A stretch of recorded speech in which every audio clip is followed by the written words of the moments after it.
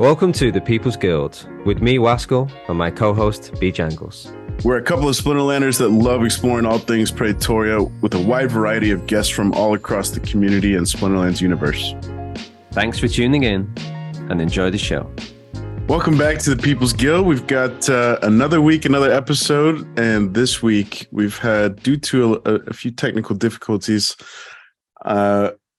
we are featuring just Wascal and myself, B. Jangles, hosting you guys tonight. And we thought we would take this opportunity to kind of reflect on 2022, look at the year in review, both from the podcast perspective, from the more general Splinterlands perspective, and just have a casual chat and see where the wind blows us. Okay, so we're just going to go through a few things that we believe have been important throughout the year. What have been your highlights of the year?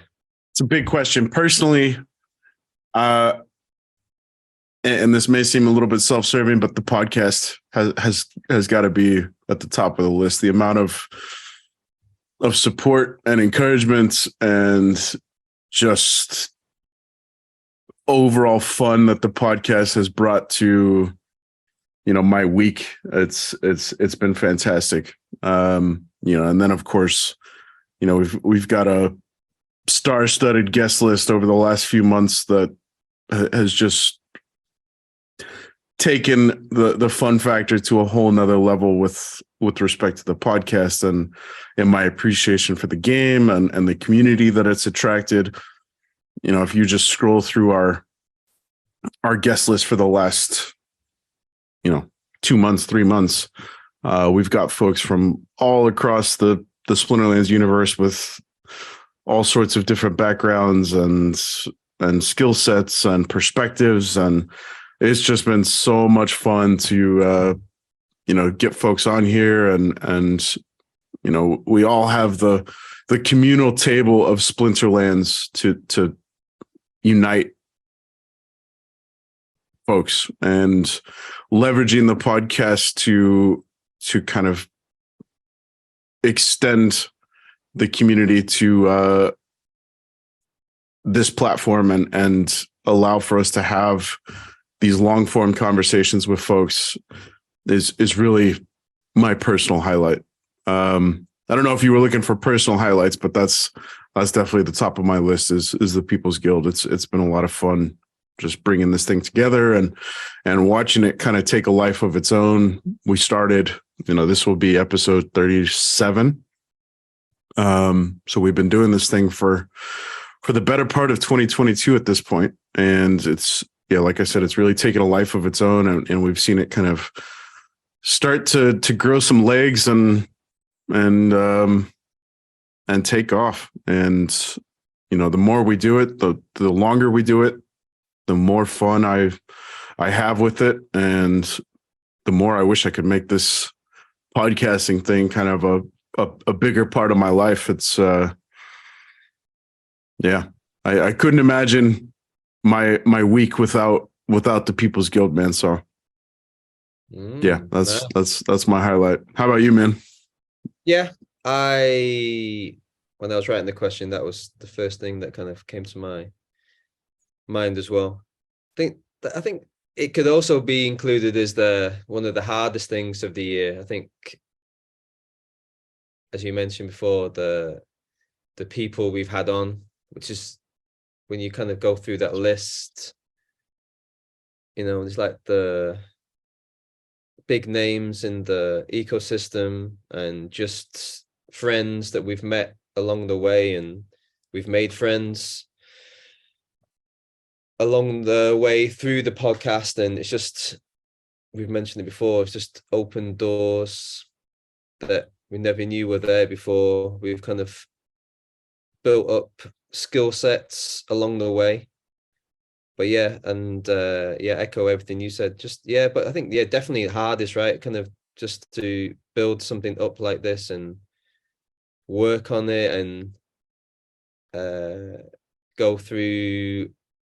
We've had a couple of mishaps, but it's been great because we've kind of like learned along the way.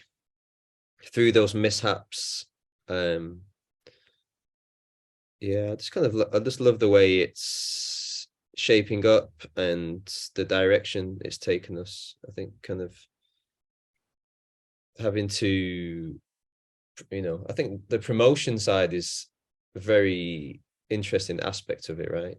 I know, like with Pete, that's kind of taken it's we're using Pete a lot and learning about how that works, and the curation trail has been really fascinating. The community on Hive, that's what I mean, man. Just kind of this whole podcast is, it started off, I think I remember asking you in that first episode, like, what do you hope to get from it? And I can't remember what you said, but I remember I said something, I don't know, I probably bumbled my way through something like, I think I said something like, I just want to be the place where people come and learn about Splinterlands. I think I said something like that, but I think the reason why I'm doing it now as well has changed. I think we probably initially I think I just said to you one day, do you fancy starting up a podcast? And I think you had been thinking about it as well, right? And then it has definitely taken me on a journey that I didn't expect. So that has been the major highlight of these past 6 or 7 months that we've been doing it. But yeah, it's definitely, what I say it's easy, definitely not. But I think also I just enjoyed, obviously working with you, and I think we probably both push each other, and we both had the same goal, just to make it a success. And maybe I think another reason why it's kind of lasted so long is that we've just maintained that consistency, right? Like today, there was a minor mishap with the audio with Nameless, but I think it's just good to keep things rolling, keep that consistency going. Yeah, and you mentioned a couple of things that, I think speaking on the highlight, I was focusing on, kind of the people that we've had a chance to encounter, and the relationships that we've kind of developed along the way. But all the back end stuff has been so cool to learn about, like the Peak D stuff, working through the decentralization on Hive, and all that Hive unlocks for not just for us, but for any sort of creator and decentralized community that is looking for potential to grow. I think also we have to, sorry to interrupt, just drop in names, people like Max Power, right? Like the reason why we are where we are, or doing what we're doing and using the tools that we're using, is from people like Max Power that have just helped us along the way, right? Yeah, and we've to your point, Max has been a great advocate for both for us as kind of the administrators of this podcast, but also kind of shepherding us through what does Peak D offer, what's kind of the potential for Hive, and I want to shout out another name, Matt Clark. His perspective on Hive and decentralization and crypto as a whole really kind of lit a fire in my mind about, he bought in Bitcoin 10 years ago and has kind of ridden this whole thing through. And the way that guys like Max and Matt light up when they're talking about the power and the potential for Hive and the beauty of Hive, that just, it gets me really excited. So yeah, the podcast has just unlocked so much for me personally, looking at, the potential for the game and the Hive blockchain as a whole, and, where can this community, Splinterlands and Hive, where can it take us? Yeah. I think also harking back to the community as well, it's just projects like Hive, they just won't succeed, will they, without the community? And yeah, like you said, Matt and Max, just hearing them and the belief in these projects. I think I think it's just necessary for, it's even like the Splinterland community, right? If people don't believe in the game, it's just not going to work. It doesn't matter how great it is. It doesn't matter how great an idea Hive is, for that decentralized platform that they're trying to create. If people, it doesn't have the backing from the community and people that believe in it.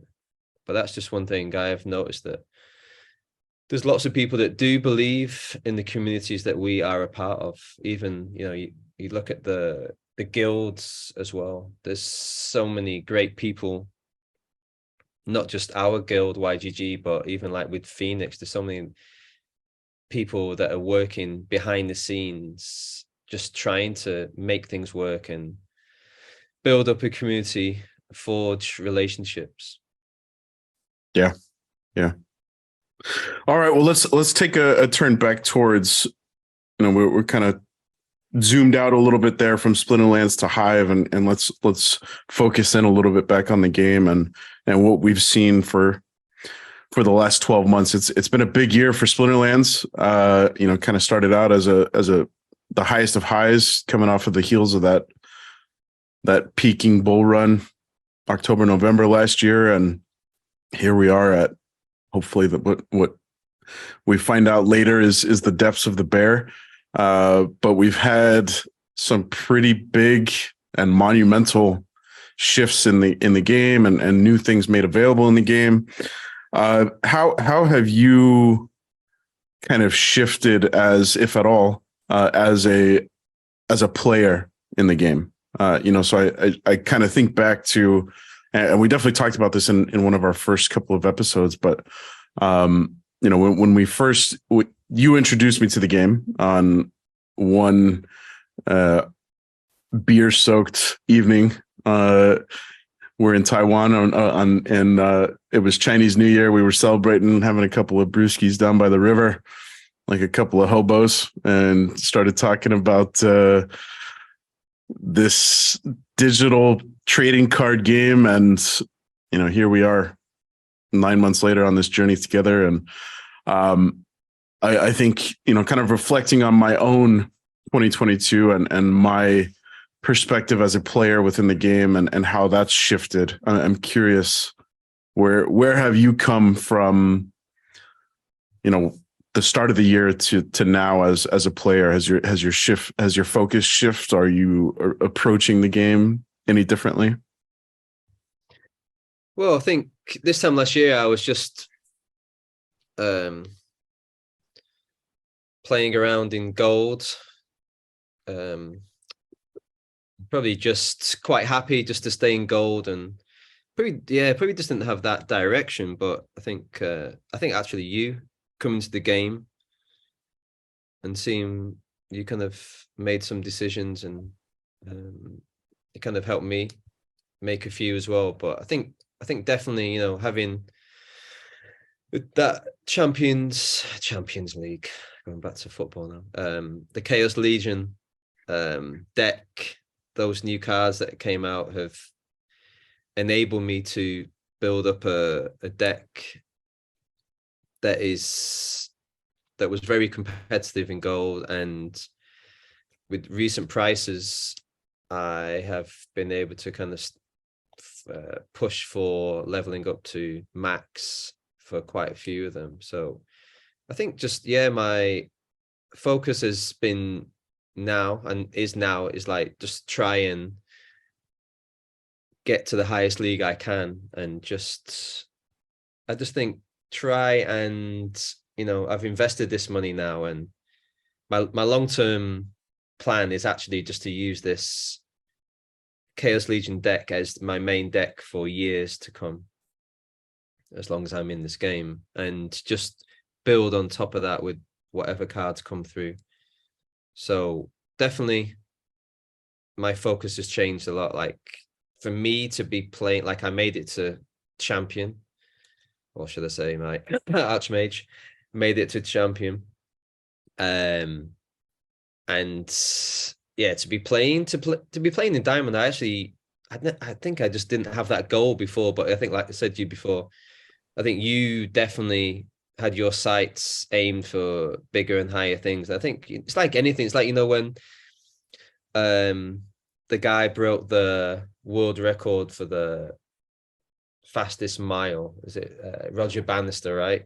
Like no one before people did that, I think it was like the 3 minute mile, right? And before he did that, people saying your heart's gonna explode, your heart can't make it. But when he did, then it just gave people that belief, right? Thinking that within that next year, I think like 50 or 60 people broke the records. So I think just, yeah, seeing people like you, I think because I know you personally, and seeing you push for diamond and most recently champ, it's definitely pushed me on to do that as well. So yeah, I think, yeah, I know we mentioned it off air as well, but yeah, I don't play that ranked anymore. Like before, I was playing ranked all the time, and now I very, very rarely play ranked. I think it's also because I don't trust myself. I think I played ranked about a week ago to try and push myself into champion, and I just went right back down.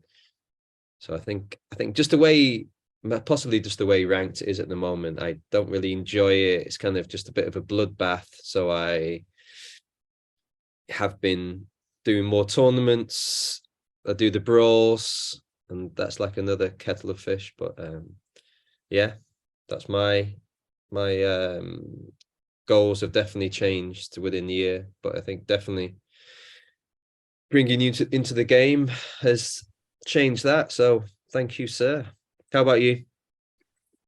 Yeah, man, I think very similar vein to what you just kind of pointed to. And I think it's probably a pretty fair assumption to throw out there that I think the greater community has probably shifted from a very ranked battle focus to tournaments and brawls throughout the year, and it's been kind of a slow and steady shift with, and it's been kind of an interesting narrative that runs somewhat parallel to, or I guess maybe conversely to, the bots. Right at the beginning of the year, it was bot farms and, you know, these low level bots that were just dominating bronze and silver and novice, and now you know, we've kind of seen the advent of things like Archmage. When Archmage came onto the scene, it was immediately received with kind of big backlash, and then it was embraced, and it's kind of shifted the story for what a bot is and could do in the game. And now we're kind of seeing that come full circle where, you know, bots are kind of, whether it's Archmage or Xbot or a personal bot, it's kind of, I would say it's frowned upon from the greater community, but from a ranked perspective, it's pretty much bot versus bot, right? And that's kind of pushed me towards, you know, like you, towards focusing my play and my efforts in the likes of tournaments and brawls. You know, I think unfortunately we have seen bots kind of seep their way into tournament play. For better or worse, I think short term it's very unfortunate. It sucks. I feel like tournaments and brawls are kind of should be sacred grounds for the human players in our game. But because bots have leaked into it, I feel like it's going to push the team into developing alternatives to ensure that it's humans only, or there is a humans only arena for particular tournaments and especially brawls. Yeah, so I feel like, when we first started, I think I hopped into Old Man's Guild. I forget the name of the guild. Um, Yeah, can't remember. Pay It Forward, and within a couple of weeks, Phoenix, the Phoenix Arcade Group, was kind of born as a byproduct of Pay It Forward, and that really kind of sparked the interest in the potential for guilds and brawls and that sort of thing. And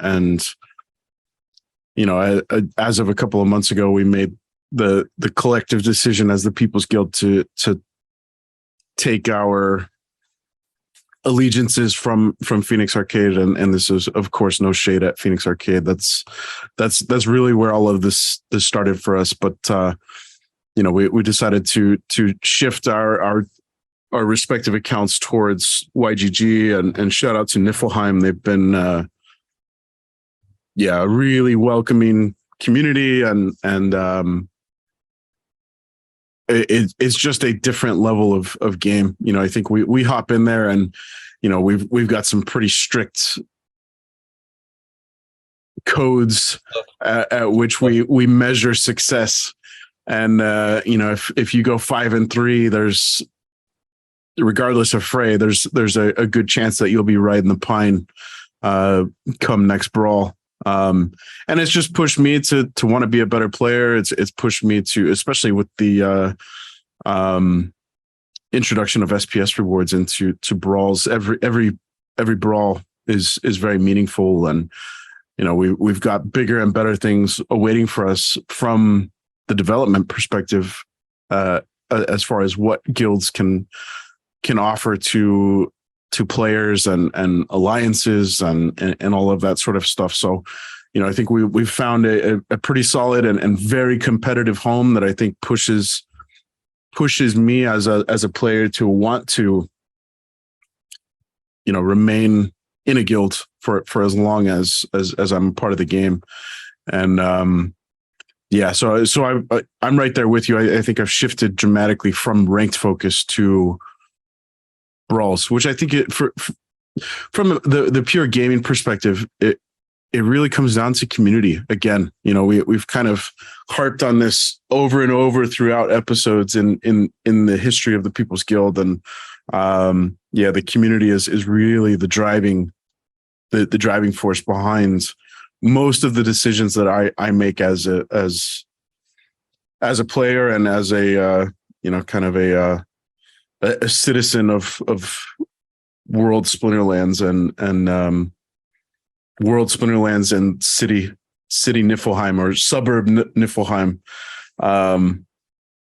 So yeah, it's been a lot of fun.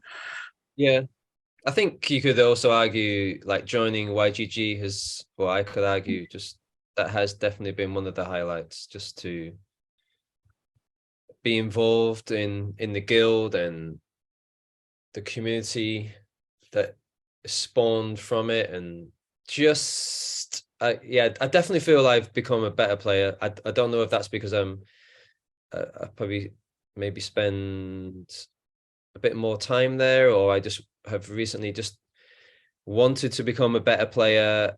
I just think and I'm sure this was all available in Phoenix as well, but I possibly just didn't take advantage of it, or for whatever reasons. But I think, and this is another reason why people should think about joining the guilds, YGG is a great place just for resources, right? And to improve as a player, you've got and people to share battles, and, like, I think pretty much all the time you ask your question as well, and people will always get back to you. There's always someone who's just willing to help. So I think that's definitely been, I think, also highlights, or just the biggest surprise about how much I enjoy being in the guild. I think at the beginning, that's why I was just a bit hesitant to join the guild, because I think just having, when things are online, it feels a bit detached from reality, where you kind of speaking to someone you can't see. I was never really into that. I just like that face to face, but possibly having the podcast has helped that, because you get to see people, and we've spoken to many YGGs, but I think that definitely has been one of the biggest surprises of my time in Splinterlands the past year, just how good being in the guild is. Of course, there's those benefits of the merits and the SPS. I don't know, like personally, I think for me at the moment, it's merits are the things that I look forward to. Yeah, really... I mean, and I think the game is doing, and by the game I mean the team. The team is doing great things or we've got some great things in the pipeline to further incentivize guild participation. Right, something like Gladius rule sets or Gladius tournaments, where Gladius cards are still only going to be available to those who are actively participating in guilds, and more specifically taking part in brawls. Well, I do want to quickly say I'm really pleased that you're, as both a friend off air and a friend in the community, that you've kind of, I don't know if we've ever talked about this on the podcast, but I know, you and I were kind of deliberating about taking a pause from brawls, taking a pause from guild participation. And I'm really glad that you have kind of turned the corner and really embraced brawls as like a big highlight of the game for you. It was just I don't know, I don't know. When it comes to brawl time, I think I've relaxed a little bit, but I just would be getting so nervous, and it'd just be like, so I've just kind of tried to change my mindset, and just obviously, I rent out as much as I can, and that's what I've been trying to kind of work, improve my game. But I don't know, just the stress I kind of felt before the pro. I think like a few other people also feel that, but I think it's just, like even you were saying a few weeks ago, right? I think you had a couple, you finding it tough in a few of your phrase, and I think it's just that letting people down. I think when I'm playing on my own ranked battles, I'm just there, just lost again, 8th time in a row. But that's just on me. But if I come out of a brawl and I'm in the negative, like 2-6 or something like that, it's just like, just hang your head in shame time. Well, I mean, at the end of the day, it's a game, and it should be fun. I think feeling some nerves, and especially when you've got a community kind of depending on individuals to, move the needle as a whole unit, right? Every win, of course, counts.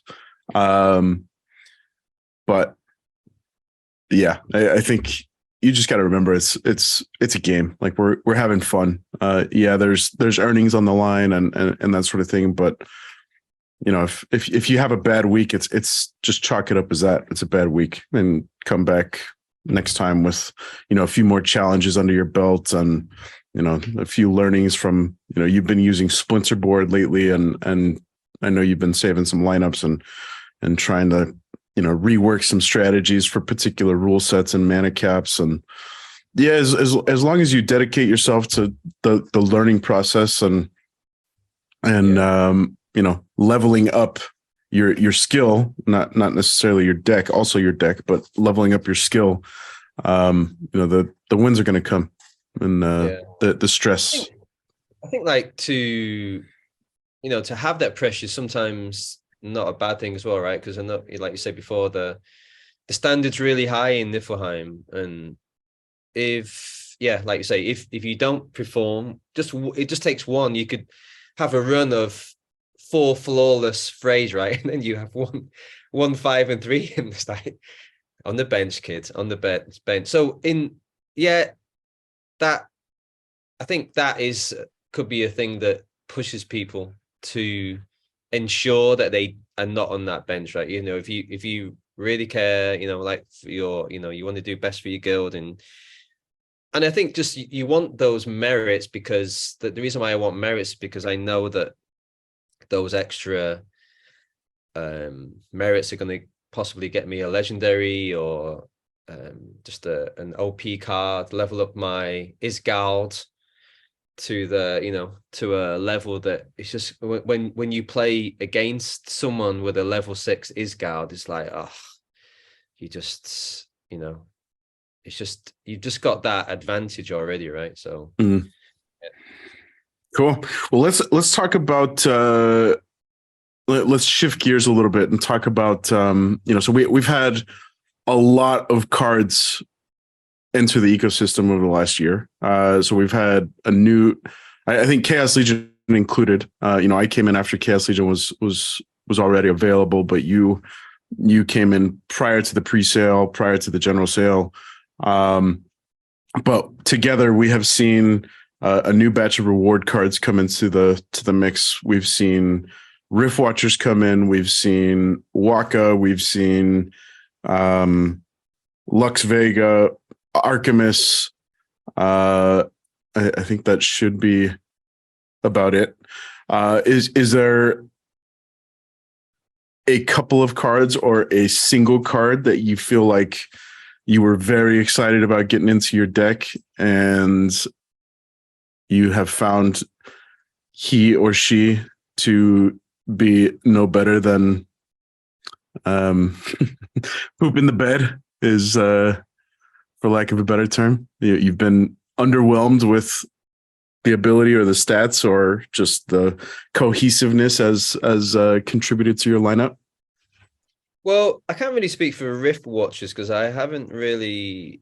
I've played with, you know, the obvious few, but if we talk about Chaos Legion, to be honest, man, I can argue the case for having the majority of all those cards. I think when, I don't know what the future sets will be like, but when people look back on this set, wow. And I don't know, like if you just think about it, like how the process they go through to make it and drop these cards, like this, for me, it's just pretty, it's just like how many like hits have they had? Okay, I think, okay, you could argue okay, Zyvax, Vul, but I can't honestly think of any card that I would not put in. Okay, maybe there's that one from Earth. I used her last night against you, but I still think her in certain real sets, the Venari The Knife. Knifer? I don't often use her. She's probably one of my least used cards, but even she has her days. You know, she's only 1 cent now, right? So it's like there's no excuse to not level her up. But I think, you know, like backline for the sneak attack to the back, and she's fast, she's quick, you know, for opportunity.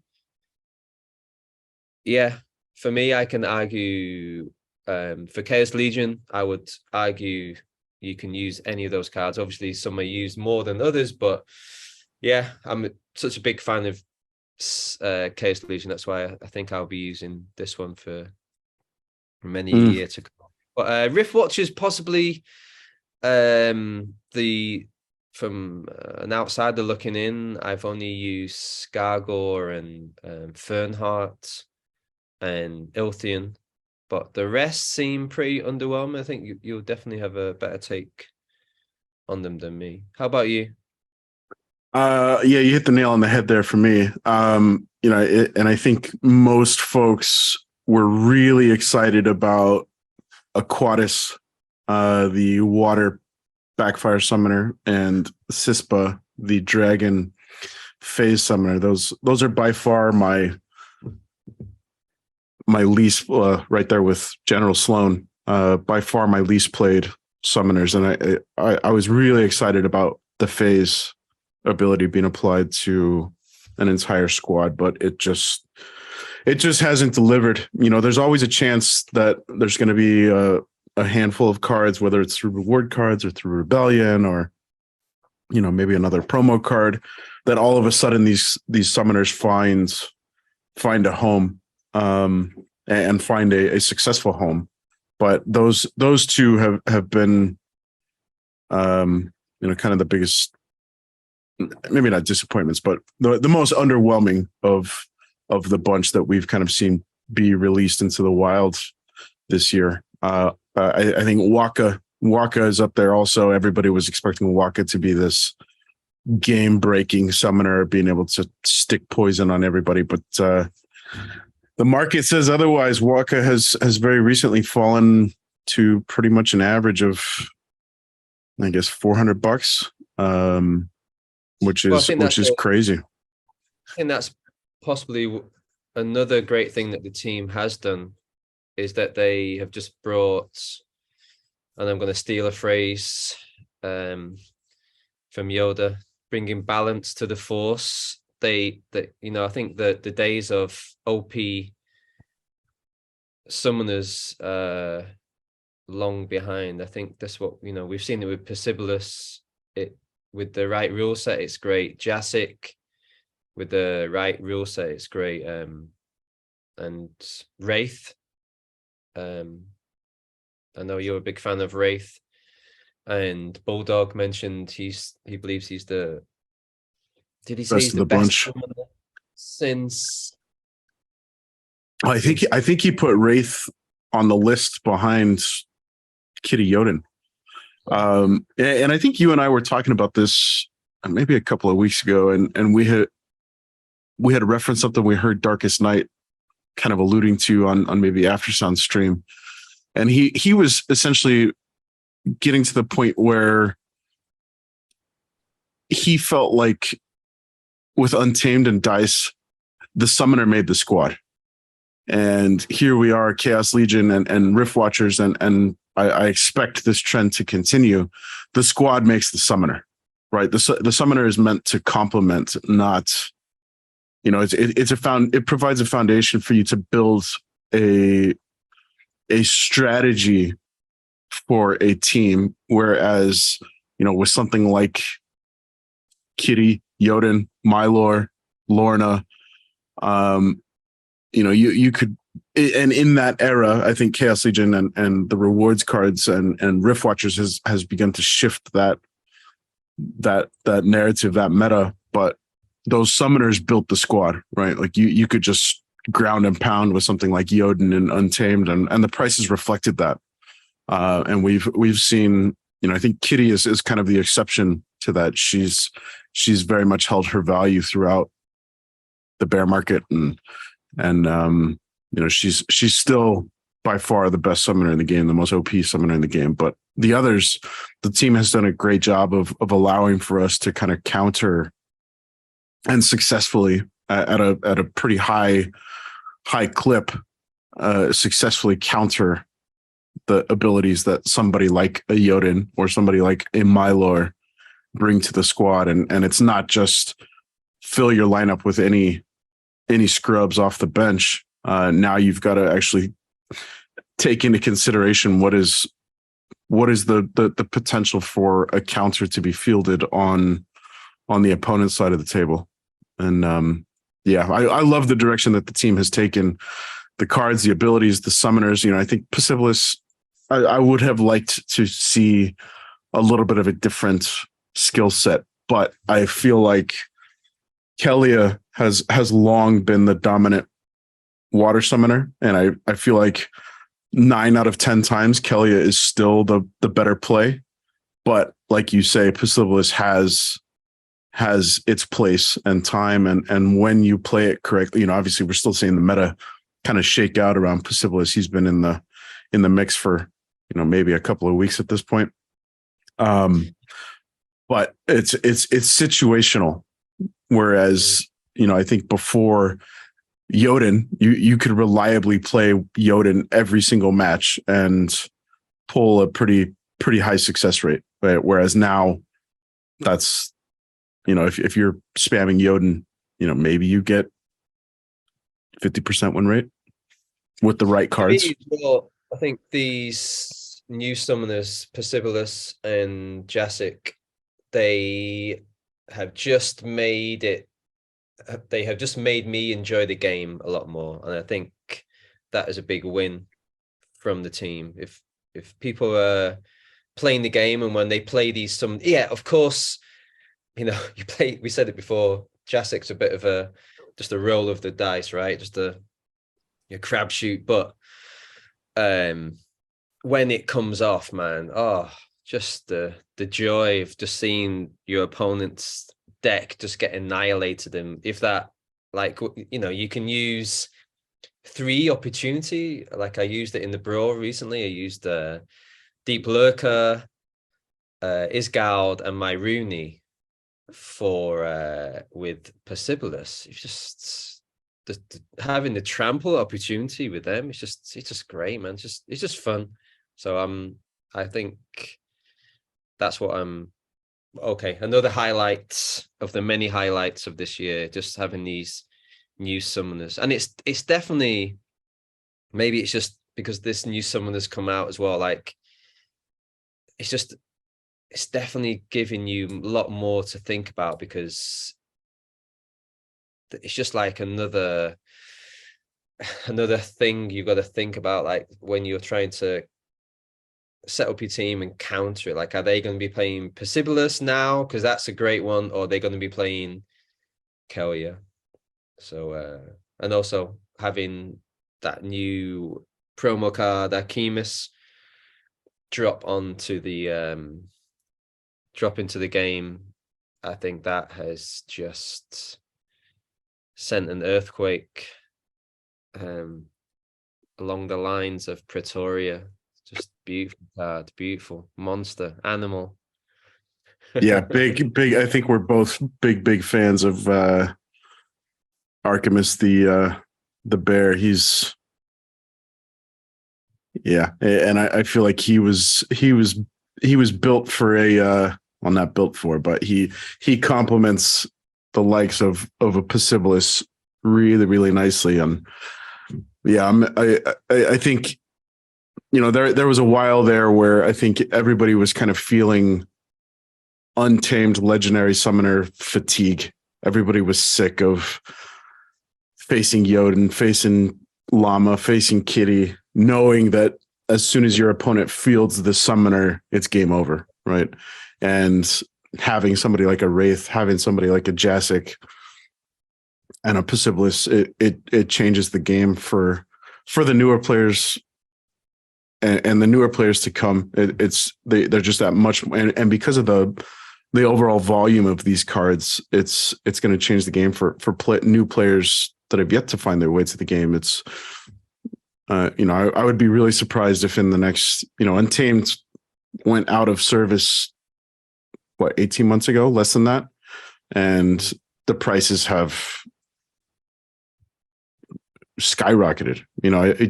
We hear Darkest Night mention time and time again that he just kind of sat idly by while Llama and Kitty was floating around on the market for $20 because he felt like prices were so low. Like I can buy it later.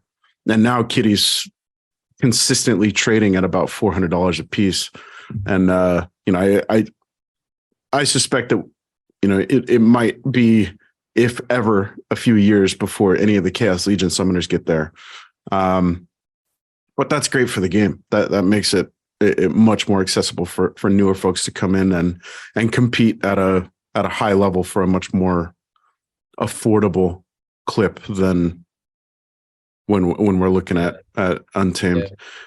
And we've got we've mentioned the 3 summoners that have been released. We've still got 3 to go, and we're slowly. Well, I don't know if I could say slowly, but we're very very soon approaching upon the next legendary summoner, which I'm still uncertain if it's Earth or Death. But That should be because this sale has just finished, right? So possibly that number has risen. so we're at 11,520,000, give or take a few. Okay. I know 16-bit on the town hall earlier today was saying that, if there's any other bulk buys that are kind of initiated prior to the end or prior to the official deadline, they would be honored. So we might still see a few. I don't know if these numbers include the second round of the YGG bulk buy. I don't know if they include the CLP buy from Neil McSpadden and co. So we might see that number creep up a good bit closer to the 12 million mark. But either way, even if it doesn't move, we're still a few short weeks, thanks to the Chaos Legion pack burn. We're still a few short weeks away at most to the next legendary summoner.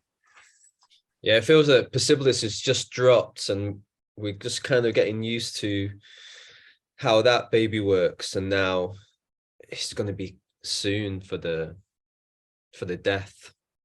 Well, the next three are coming bingo bango bongo, right? Like we know at the end of March, Chaos Legion is going the way of the dinosaurs. It's going to be extinct on the primary market. I think packs will be available for quite some time on the secondary market, but we'll be. We went. I think. Let me look at the airdrops here. We went. If I remember correctly, we went Carnage Titan in maybe February or March, and then we hit Grandmaster Wraith in maybe May or June, and then we didn't get Yasik until August, September. So we had 3 over the course of maybe 8 months, and now we're gonna get Persepolis and 3 TBD summoners in about 4 months time. So things are shifting fast and furious, man. Yeah, I'm quite intrigued by that Death Summoner. I don't know. I was just expecting, like I said to you last night, this Darkness, Doom, Destroyer, but just looks, I don't know. I likened it more to a Life Summoner. Stars, Life. I don't know. Maybe it's it depends how you look at it, man. All stars are dying, right? It's true. This is true. And hopefully it's all about perspective, man. And we were talking about it. Maybe that abilities aside, and what the Death Summoner is going to bring. My personal opinion is the artwork on that Death Summoner is the raddest artwork in the game. It's such a beautiful artwork. The character looks so cool. So that's just my personal opinion on the artwork. Kudos to Nate and the creative team for scoring that guy together. But maybe the kind of brightness and celestial being that we see on, I think his name is Entity. Astral. Is it Astral Entity? Astral something for sure. But maybe that indicates we will see a Death Summoner that provides buffs and not debuffs. That would certainly be a shift in the trend of Death Summoners of Splinterlands history, but I wouldn't put it past the team. It's certainly within the realm of possibility. I would love to. I think both of us have a soft spot in our heart for Team Death. When things click and when the rule set's right, Death is my favorite to play. It's so much fun, and all the it's high risk, high reward, right? Like you're usually sacrificing higher health points for greater abilities, greater damage, faster, that sort of stuff. So if we could get a buffed summoner that really kind of. What do you think Death is missing? Because you play it a lot. What do you think? Is it shield, heal? Yeah, heal, cleanse. Both of those things are missing from Death. Armor, certainly. I see that artwork and I see phase. Something about magic for sure. Maybe speed, maybe phase. But we've already seen phase come with Cispa, so I suspect we won't be seeing another phase summoner. But who knows? Who knows? And to your point, I feel like I was super excited about Lux. I went out and got Lux Vega because of the Death play. I feel like when I'm reaching into my pocket now to play Death, my go-to summoner is Lux Vega. She's the default for sure. It's always an advantage, I feel like, to buff your own team versus debuff the opponent's team. If for example, like well,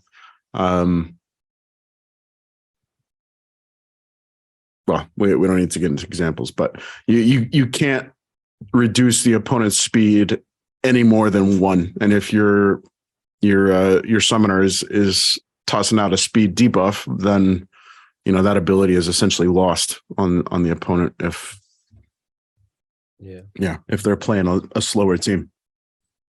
What's been your biggest gripe of the year within the game? Oh boy. Talking about perspective. Or should I kick off mine if you can't think of it at the moment? Well, yeah, let me mull over some things. Why don't you tell us what you're thinking?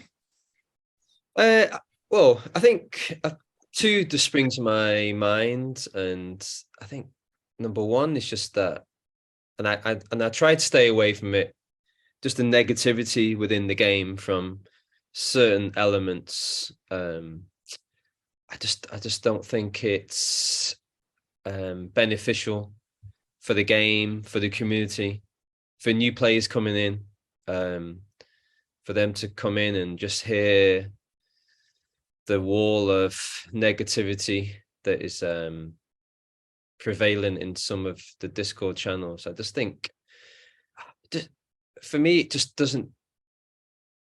Even in my personal life, there's no point in moaning about something. You just gotta accept what is happening and just get on with it. I think of course, yeah, you can release your, mention what's wrong, but possibly come up with a solution. But I think just to continually gripe on about something that solves nothing. Yeah, well, I think the team are aware of all these. It's not as if the team are not. I think Keys mentioned it before, and I've thought the same.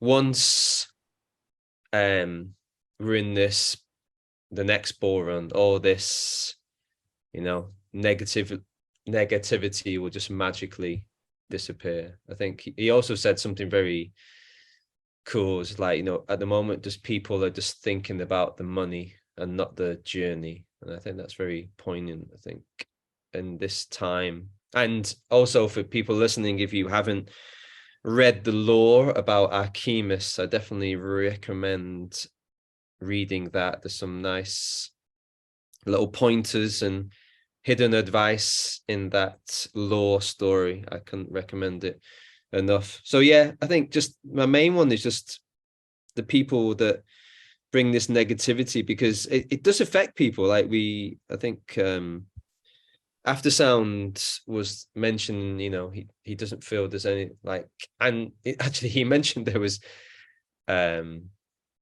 he was considering just stopping, just putting out videos for the moment, just to take a pause.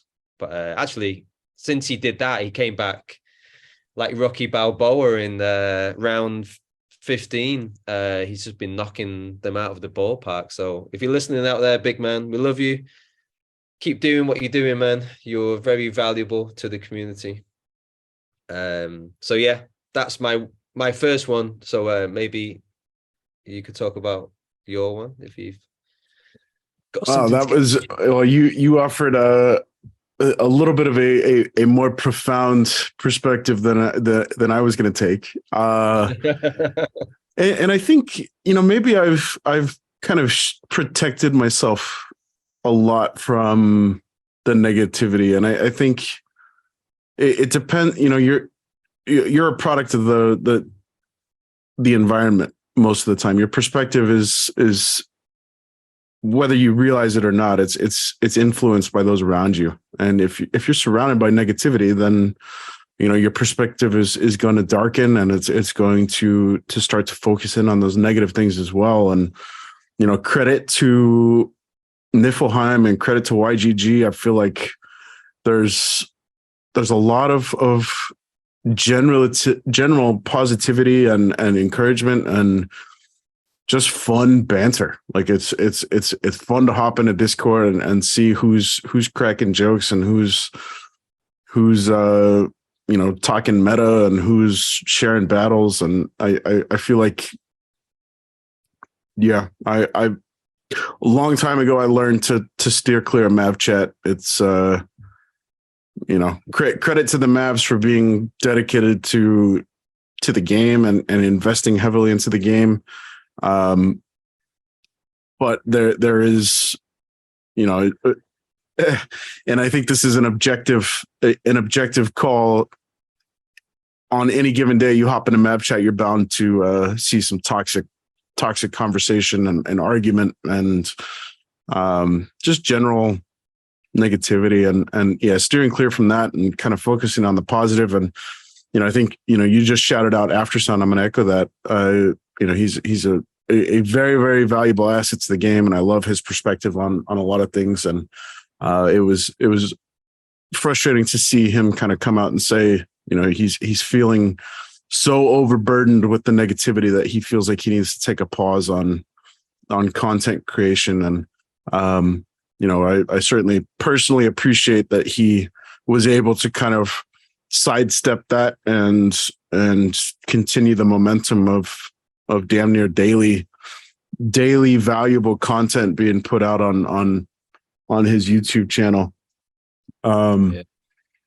I think you're right, man. With Niflheim, I think if you don't go into Mav chat and you don't hear like other YouTube creators or content creators talk about this negativity, you wouldn't really think anything was, for me personally, I wouldn't think anything was wrong, because when you get into Niflheim, yeah, it's just flowing with lots of positivity and help. And, you know, I think it just feels like, you know, like in the hive, just all the worker bees are just there, buzz.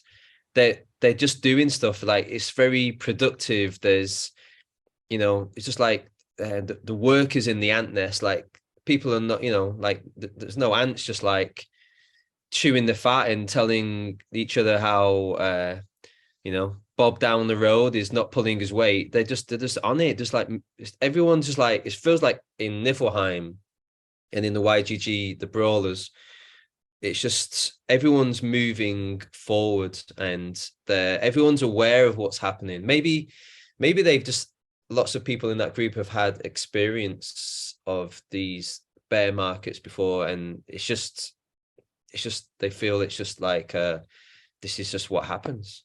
It's not any need to panic. And yeah, I mean, I think it's all about just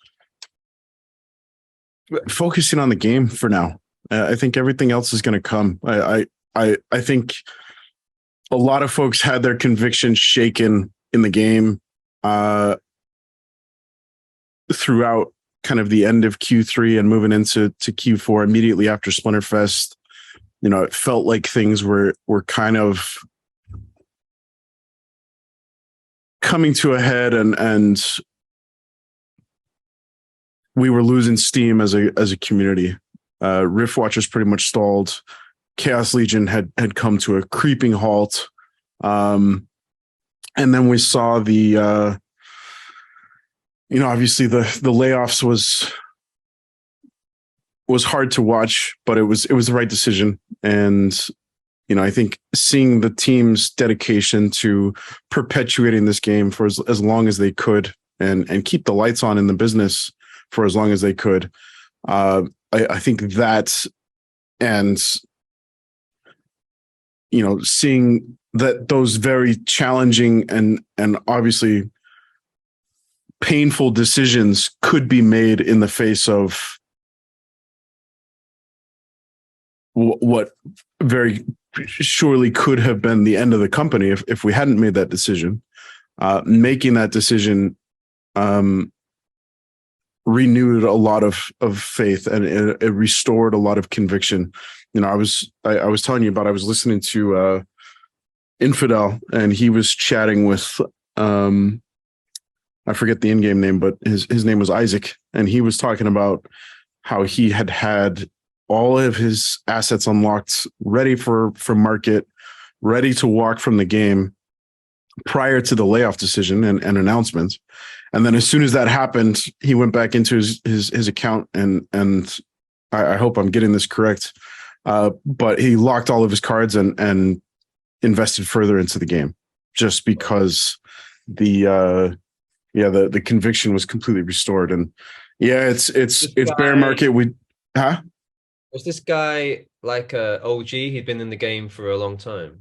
I think so. Yeah, he'd been. I think he's one of the time and attention guild leaders from way back when, with when Infidel first started the time and attention kind of guild group.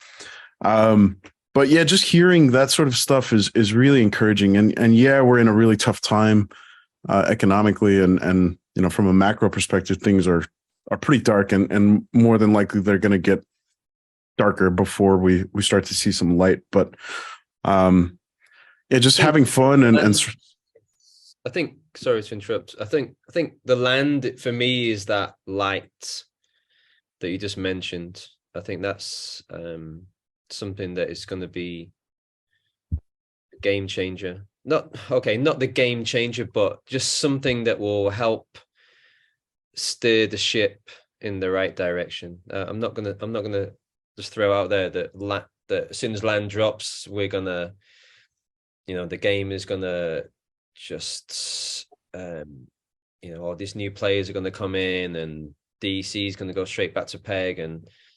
But I think it's just a step in the right direction, and I think that is definitely what needed. It's like, if you kind of think about the game, it's kind of just this big old oil tanker, and for it to change its direction, it takes a long time, right? But I feel that land is one of those catalysts that is going to help it change direction in that positive way.